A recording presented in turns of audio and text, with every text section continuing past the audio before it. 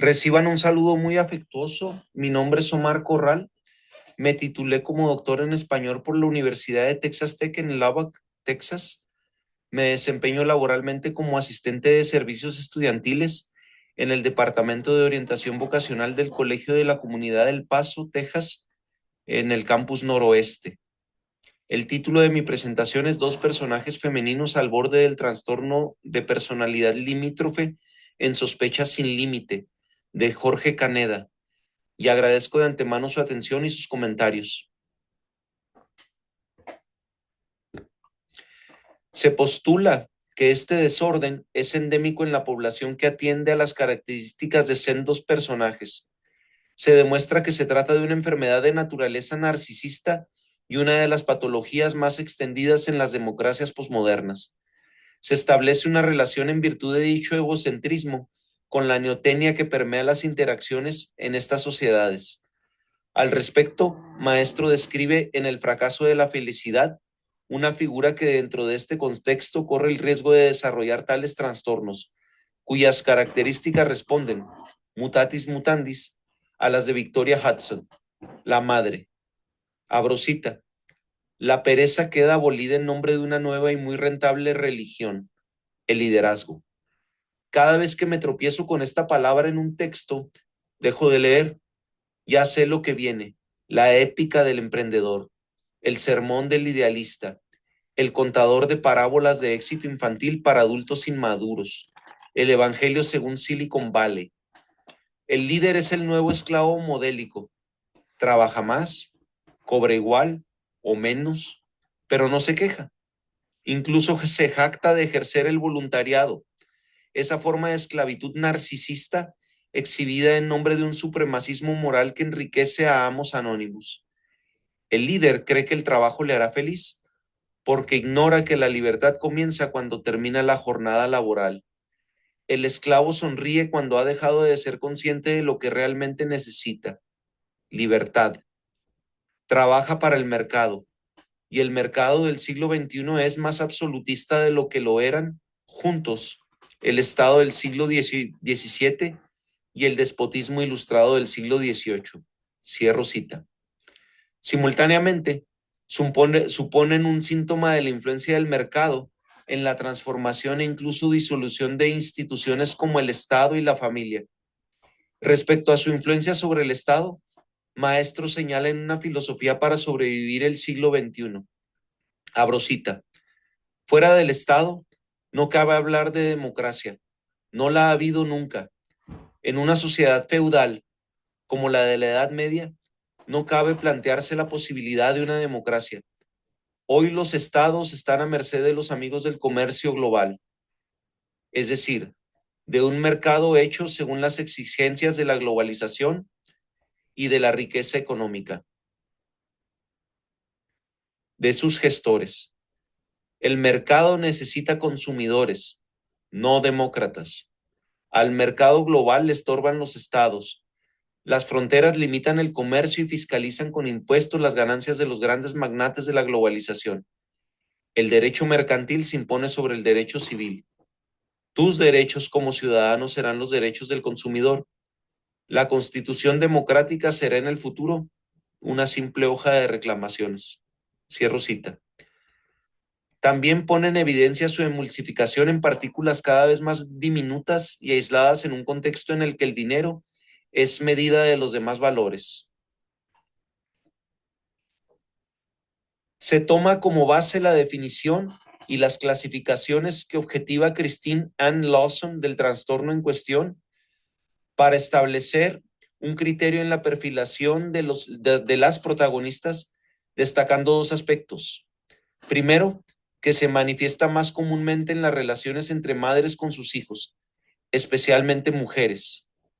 Luego, que la egolatría constituye el mayor distintivo de quien lo padece, aspecto que a su vez estimulan las sociedades postmodernas con el fin de crear consumidores progresivamente enfrentados entre sí, sin importar incluso su parentesco. En consecuencia, se observa una relación causal con un programa formativo neoténico en el que puntualiza Maestro en sus obras más recientes y lecciones en línea. Las características generales de este trastorno, tal como se manifiesta dentro del seno familiar en ambas figuras, se pueden apreciar en la plantilla. Destaca que la clasificación que propone la autora para este desorden se basa en los arquetipos de la tradición popular que posteriormente dieron lugar a los cuentos de hadas, poniendo énfasis en el riesgo de que los hijos, sobre todo las mujeres, desarrollen el mismo padecimiento. Lawson postula que este desorden se manifiesta en cuatro tipos: la madre wife, la ermitaña, la reina y la bruja.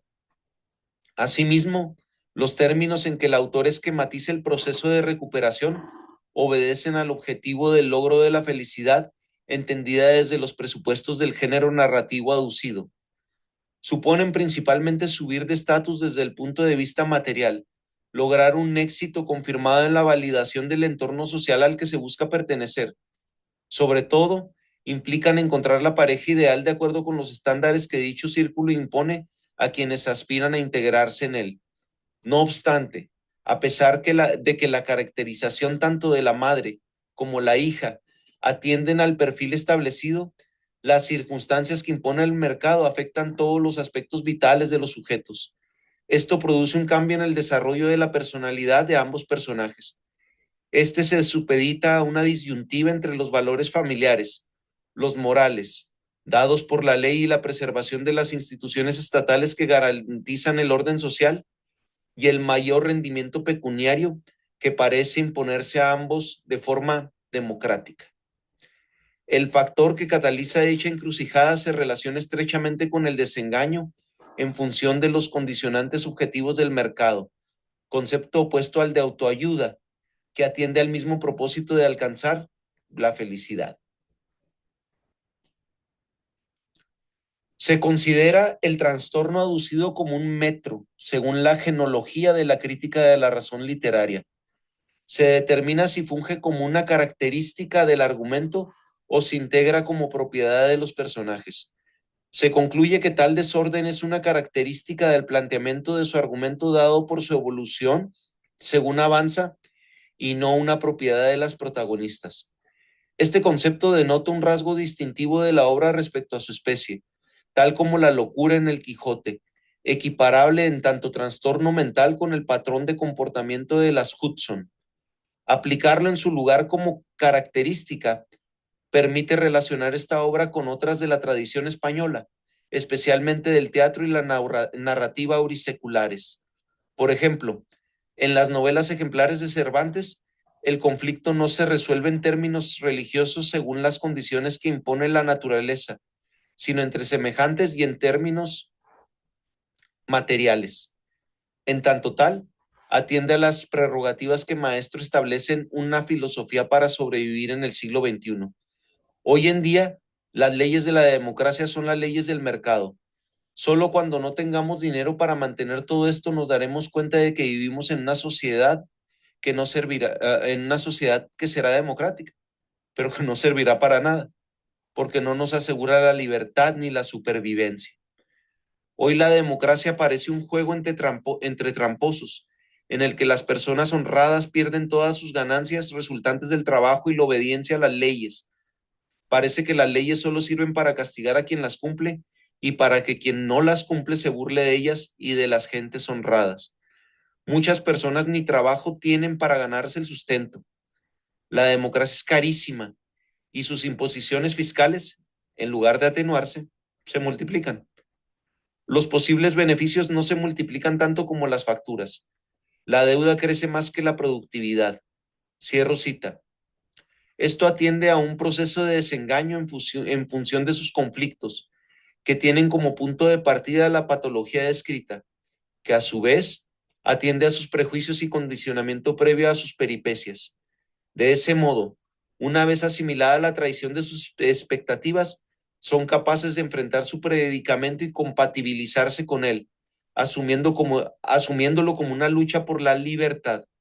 Dicho de otro modo, no hay solución en el eje angular ni radial del espacio antropológico, sino en el circular, donde tienen lugar las relaciones entre los seres humanos con sus semejantes. Muchas gracias por prestarme atención. Espero sus comentarios. Fuerte abrazo desde El Paso, Texas.